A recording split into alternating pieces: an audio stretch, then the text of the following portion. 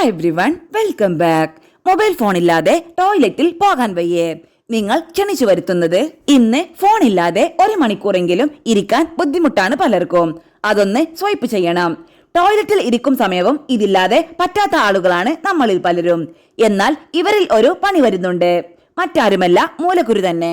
ടോയ്ലറ്റിൽ ഇരുന്ന് ഫോൺ നോക്കുന്നവരിൽ മൂലക്കുരു വരാനുള്ള സാധ്യത 46% കൂടുതലാണെന്നാണ് പുതിയ പഠനങ്ങൾ. ടോയ്ലറ്റിൽ കുറെ നേരം ഇരിക്കുമ്പോൾ മലാശയ സമ്മർദ്ദം വർദ്ധിപ്പിക്കും. ഇത് മൂലക്കുരുവിലേക്ക് നയിക്കും.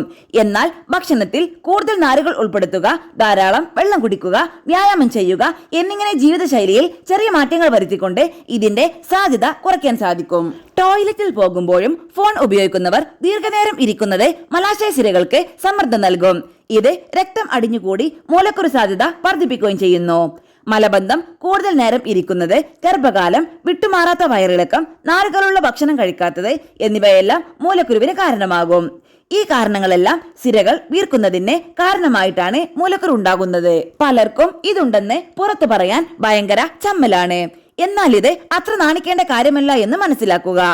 ഡോക്ടറോട് പോലും പറയാതിരുന്നാൽ ചെറിയ പ്രശ്നമുള്ളൂവെങ്കിലും പിന്നീട് അത് ക്യാൻസറിലേക്ക് വരെ നയിക്കാം. അതുകൊണ്ട് തന്നെ ചില ലക്ഷണങ്ങൾ കണ്ടാൽ നിർബന്ധമായും ഡോക്ടറെ കാണിക്കേണ്ടതുണ്ട്.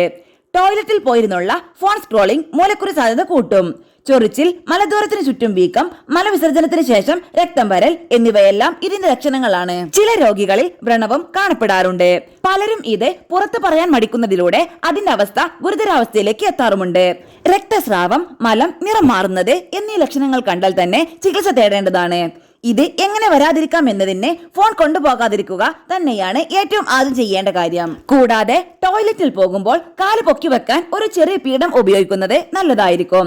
അതുപോലെ നാരുകളടങ്ങിയ ഭക്ഷണം കൂടുതൽ ഉൾപ്പെടുത്താൻ ശ്രമിക്കുക. ധാരാളം വെള്ളം കുടിക്കുകയും ചെയ്യുക.